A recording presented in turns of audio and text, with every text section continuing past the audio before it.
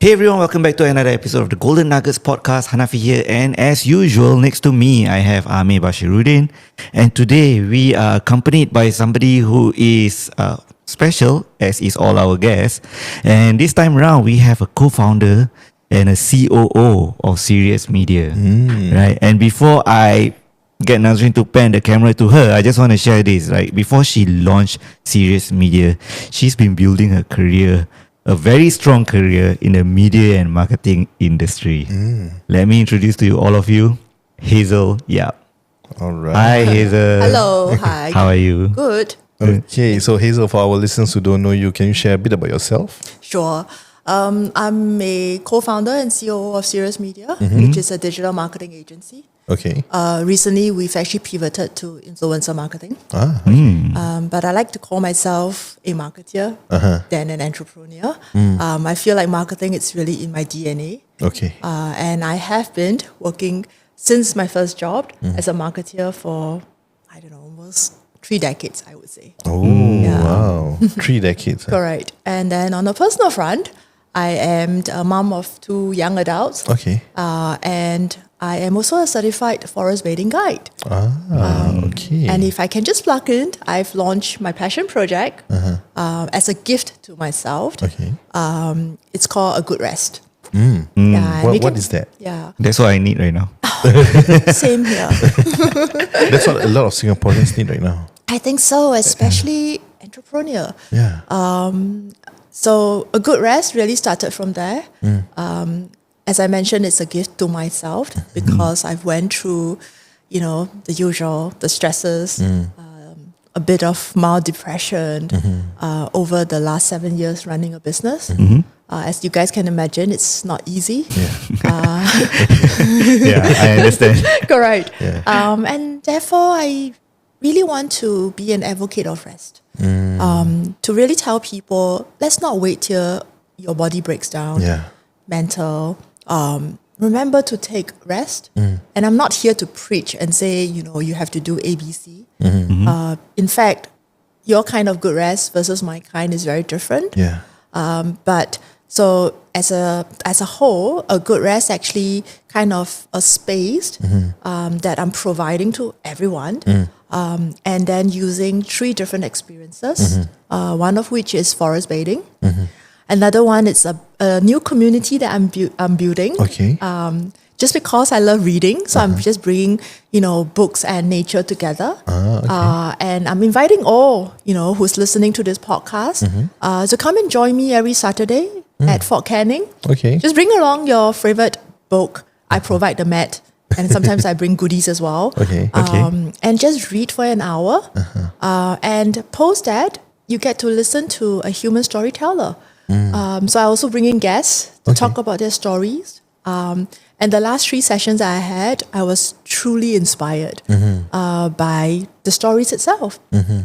So that's a good read. Yeah. And last but not least, I have a good play because I feel like, rest shouldn't be just lying on the sofa. Yeah. It can be creative play. It's just really taking your mind off something, gets your hand busy with something that you love. And that's part of rest. So that's overall what a good rest is all about. So a good rest, a good play, and also a good read. That's right. Wow, interesting. What's one book that you're reading right now? Yeah. Oh, that's a good one. At the moment, I'm reading this book called, oh dear, now you caught me. Oversubscribed. Okay. Oversubscribe, okay. Yes, it's a really good business book. So the person who told me to read this book, she said she read it 25 times. Oh. And I'm like, no way. Is this the one the other time Imran suggested to read? I think so. At one point of Yes, time, right? Yeah, yes. okay. Yeah, so I was like 25 times. And she said, yeah, as a business owner, you need to read this book. And I said, okay, I'm almost done with that book. Yeah. And I completely understand why she needs to read it 25 times. Okay. There's just so much nuggets from that book. And I feel like even for me, I'll probably go back again. And I think it's at different point of your business, different things will apply to what you can learn. Yeah. So that's the book that I'm reading right now. Okay. Have you read What's Your Dream by Simon Squibb? What's your dream? No. Yeah. Okay. once I'm done with that, we trade. We trade, Yeah. Okay. Ask you at Fort Canning, we trade. Okay, can. So Yeah. fun. I'm only reading like ebooks. Oh, But okay. one of the books I'm reading right now is rereading. Oh, is okay. Think and Grow Rich. Okay. So if I think maybe Ami might have seen a bit of transformation in me in the past few weeks, is because of this book. And I think in the I don't book, know. I've been on reserve, so so in the book it states like the next time you read it, like yes, it's always very different. It's always very different, but it also states that it could spark the moment at any time. And oddly, the first time I read, it felt like very bland, natural kind of thing. Oh, it's just about business and blah blah blah. You know how you think outside the box and that Right. kind of stuff. But this time around, when I read it, I haven't even finished the chapter 1, Yeah. and I'm like doing stuff more than Wow. I've been capable of doing. Wow. I mean, Yeah. that's why I say it's a good book, right? Yeah. Because it Yeah. transformed you Yeah. without you knowing, Yeah. right? Yes. Yeah. I think Think and Grow Rich is the only book that I've read more than 5 times. Really? Yeah. Wow. I've read it since 2012. Okay. But of course, like he said, the first time when you read it, because your mind is just not prepared for it, so you are just like trying to absorb. But then, as time goes by, you slowly start to understand. I think this is your first time rereading it, right? Yeah. The first chapter will really point that out. It will really talk about how your mind can only manifest what exactly you are ready for. That's the reason why you have to read the book again. It's stated clearly in the first chapter, right? Yeah, I think Yeah. in the introduction, not even the chapter 1, right? Or something Yeah, like that. yeah. You guys got me so excited. I have to get this book once I'm done with oversubscribed. Yeah. Okay. But enough about the books. Today is all about you. Yeah.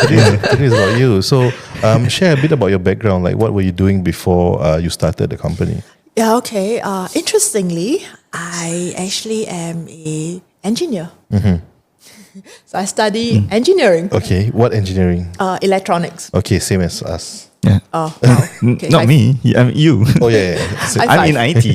oh yeah. And I surprised myself, right? So after one internship, I came home one day and told my mom, you know what, Mom? I'm not going to be an engineer. Okay? That's a story for another day. okay, fine. Then I shan't probe. Yes. And I long decided that that's not my path. So I came out like all graduates, right? What should I do? And I think the word marketing is quite sexy and glamorous, especially for young girls. Yeah. And I said, okay, you know what? I'm going to try marketing. And I started looking for a job. And this is worth sharing. So my first job that I went, and back then was still newspaper, so there's no LinkedIn. Okay. You just have to cut, and say, okay, I'm going to apply for this. I was sitting in the lobby, and there were like at least 14, 15 TV screened. Oh, okay. And for a moment, I thought I actually applied for a job selling TV. Okay. Okay, so that's how unprepared I was. I went in for an interview. No, it was actually a TV network. Oh. Correct. And it's actually Star TV, Okay. who actually, good old days of TV days is like Star Movies, all of those. Channel V as well. Yeah. Is the so- Indian? Yes. Okay, Correct. okay. So it's they have a lot of TV channel.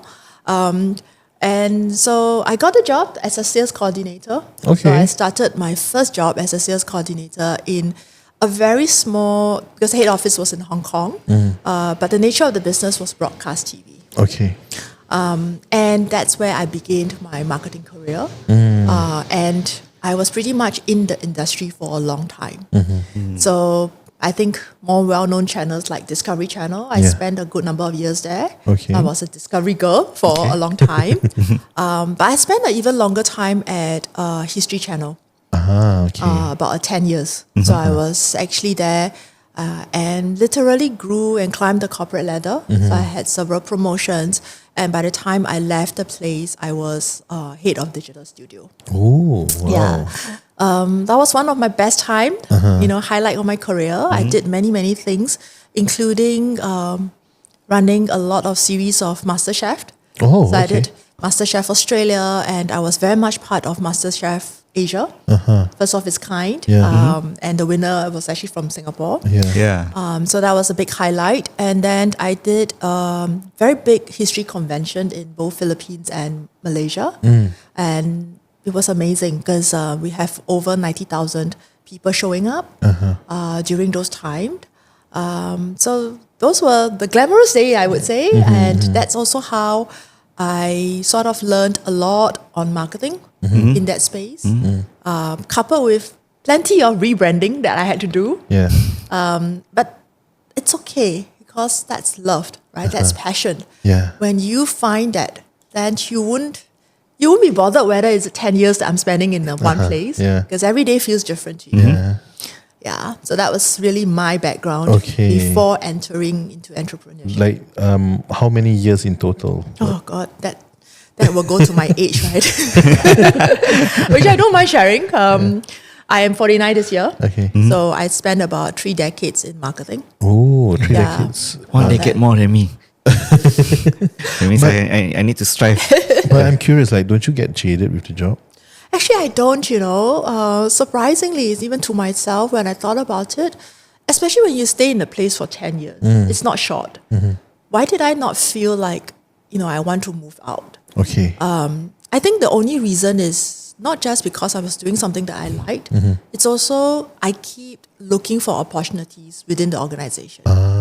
So one day I'm doing marketing, next moment I plant myself in sales and working alongside with the sales team.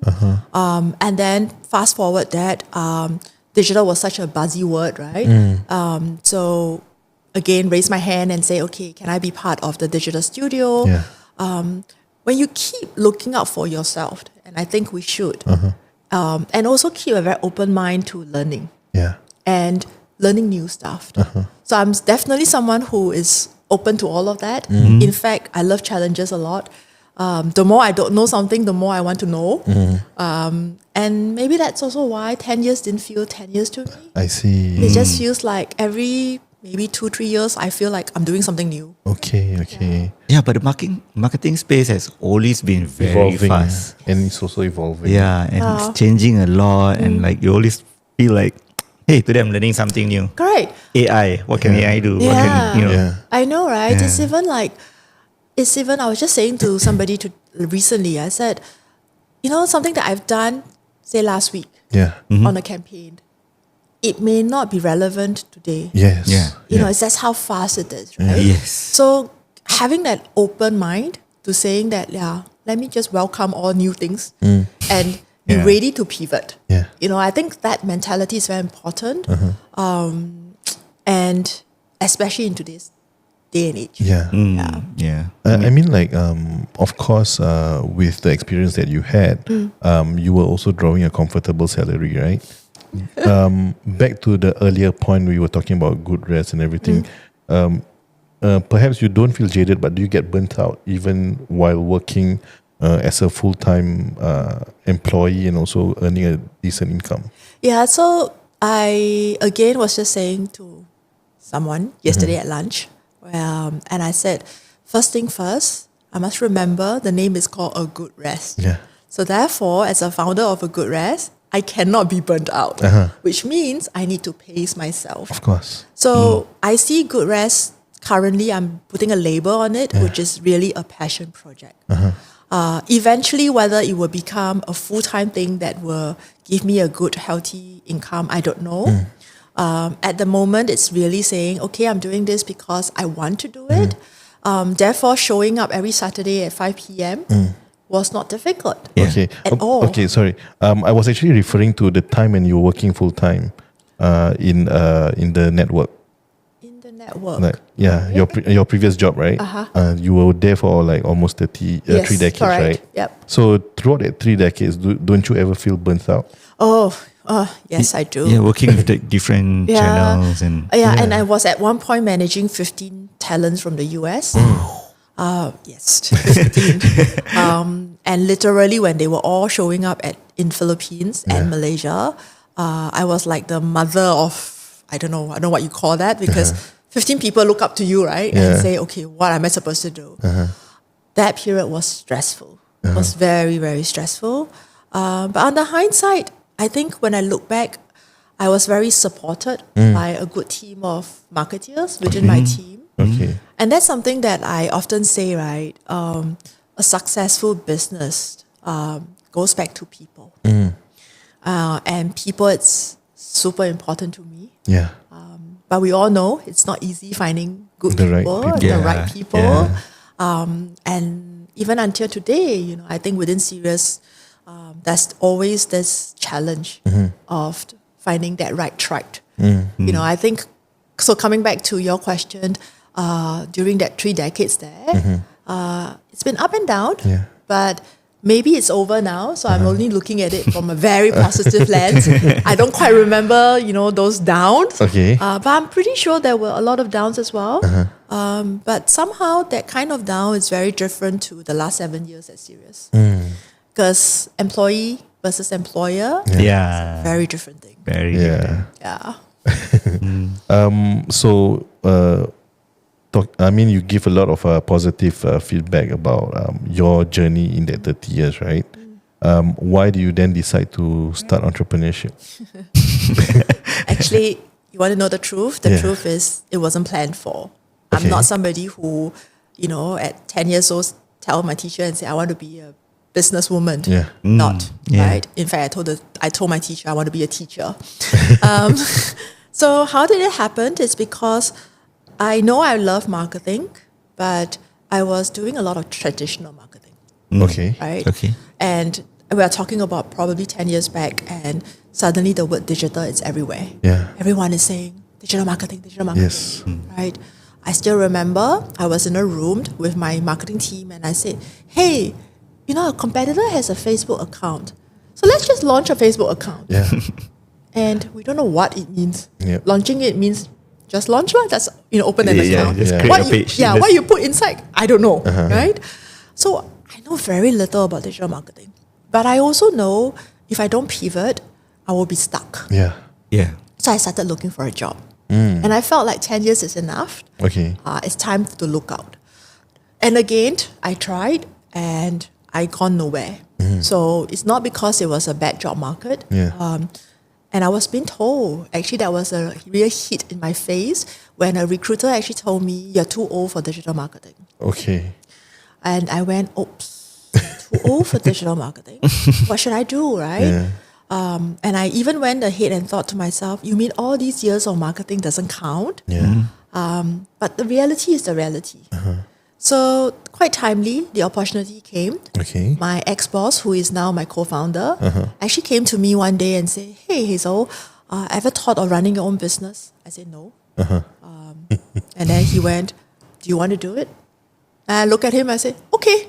That's about it. I really just say okay like that, right? Okay. So it's funny because after 7 years, I asked myself, that was how I started, Yeah. you know, entrepreneurship. And I wasn't planning for it. Yeah. So the first 18 months, it was very difficult because I was wearing an employee hat. I was still wearing, he's my ex-boss. So Okay. I was like, okay. So I behave like one. Yeah, and Okay. I think you probably feel a bit inferior. Yeah. Like, I have to behave. I need to do Correct. certain things because Exactly. your co-founder was your former Yes, ex-boss. correct. And I felt like, okay, I better report to him. I better tell him this is what I'm planning to do. So I was wearing an employee hat. Yeah. Okay. Right. So the first 18 months at Serious has been like that from a mindset perspective. But I thoroughly enjoy myself every single day. Also because I was doing something that I really loved, and that is brand partnership. I think that's something that I was translating my skill set as a marketeer, speaking to marketeer who are my clients / partners, Yeah. and really understanding, you know, what their problem is, how I can help solve it. So I was busy doing that part and not really running a business other than bringing money in, right? And that's good enough. When you bring money in, you're good enough, right? I mean, it's working. Yes, it is working. So we started the business with 3 co-founders Okay. until the other co-founder decided to leave for personal reasons. That day when that news was broke to me, it's also the beginning of my career or my entrepreneurship. Okay. Because you wake up the next morning and you go, oh, okay, there are all these other things that she was doing. Now who's going to do it? Yeah. Right? We don't have that ability to hire a new person. Just not yet, right? Yeah. It's a startup. So it's either the the CEO. If not, then it's me. Yeah. So I don't see it as a chore. I see this as opportunities to learn. So I picked up all the loose pieces, and I said, okay, I'm just going to try and do this. Yeah. That's when I felt like, okay, I am truly a business owner now. And therefore, since that day onwards, I started changing my mindset. Okay. So first thing is I have to shift from an employee to an employer. Okay, never mind. There are 300 things I don't know. Yeah. I'm going to learn. Yes. Right? And that's the beauty of running your own business. You need to have a very open mind. You need to be ready to work hard. Yeah. You need to be okay to keep falling down. Yep. Yep. And you really need to tell yourself, there's a lot of self-motivation. Nobody is going to give you a pat on your back. Yeah, of course. You have to be the one doing it. And I think that's how I sort of pivoted from marketeer to entrepreneur, employee to employer. And the last 7 years, I can write a book on it. What kind of skill set do you think it's necessary for employees who want to be employers they need to have? Yeah, and how do you think they can speed up that whole process where they go in with an employee mindset to quickly just change into an employee mindset? That's going to be hard. The quickly is going to be hard. But I mean, like for your case, it's an instant, right? It's within, like you say, you just wake up the next morning and you have. But I mean, it took her 18 months. Yeah, first, about 18 months actually. before somebody left, and then she decided, okay, I gotta switch. It was. I mean, we can see that as a trigger, but what if we don't need a trigger? How can you advise like our listeners? I think a lot of time when I look at my own journey, right, I look within myself. Your personality says a lot. So what is my personality? Fundamentally, I'm a risk taker. Okay. Right? I like to try new things. And I think as an entrepreneur, especially as a startup, you need to be okay to try new things. But more importantly, you need to be okay to fail. Right? So I jumped into it almost saying, I don't care. Yeah. I'm just going to jump. Yeah. Right? I'm just going to jump, whether am I going to fall badly or maybe I would. Maybe along the way I'll gain something. So it all goes back to yourself, whether it's within. And when I say within, it's still playing a lot on the mind. Right? So having that positive, almost get ready mindset is important. So at least it's talking to yourself on that and asking yourself, am I ready for it? Yeah. There's a lot of fear, and that's going to be okay. And that's something that I learned not to pretend that the fear is not there. The more you want to pretend, the more you want to hide behind it, the worse it becomes. Yeah. So I'd rather be upfront and face it and say, okay, here are 3 emotions that I'm feeling. I know you're here. I'm going to acknowledge them. And once you're okay with that, then you sit down and do proper planning. Right? It's like visioning. So putting it down and say, okay, in 90 days, and this is another book that I read recently called Traction. Sorry, I just have to slip in this. Because I feel like that 90 days is very important. Why is it important? So that first, you don't get overwhelmed. Whenever you're in a new situation, you tend to feel stressed because you don't know what is ahead of you. Yeah. And when you feel stressed, everything will just mess up along the way. Yep. Instead, right, calm down and put yourself in a place where you say, let me look at 90 days. 90 days is not long or short. Yeah. It's just 90 days, right? So saying to yourself, okay, in this 90 days, I am going to achieve 3 things. That's all. I don't need more than 3. Okay. You first need to have that conversation with yourself. And once you do that, hopefully you are in a more stable space. Yeah. And then you can face the world. The world could be the new responsibility, could be your new boss or your new, status as an employer, whatever that is, that's the next step. But it's first and foremost about yourself. And I think this one is something that I really just sort of learned over the years. Yeah. What I haven't done because nobody came to me and tell me this is what I needed to do. I was just finding my way. Yeah. But now that I have an opportunity to share, I would love to tell everyone here that try this out. See if this works for you. I think that's interesting because when you mentioned about acknowledging the 3 feelings that you're feeling right now, the problem is a lot of people, when they are overwhelmed, they will just shut off, right? Yeah. You may call that burnout or whatsoever, but at the end of the day, they will just shut off, and then they may not be able to function, and they may not be able to like overcome and continue with that journey. Correct. And, Yeah. and like to identify the three feelings, like whether it's you are being stressed or whether you are just exhausted, and come up with a 90-day plan. I think like you mentioned, there's no one who actually teach this. No, no, not even.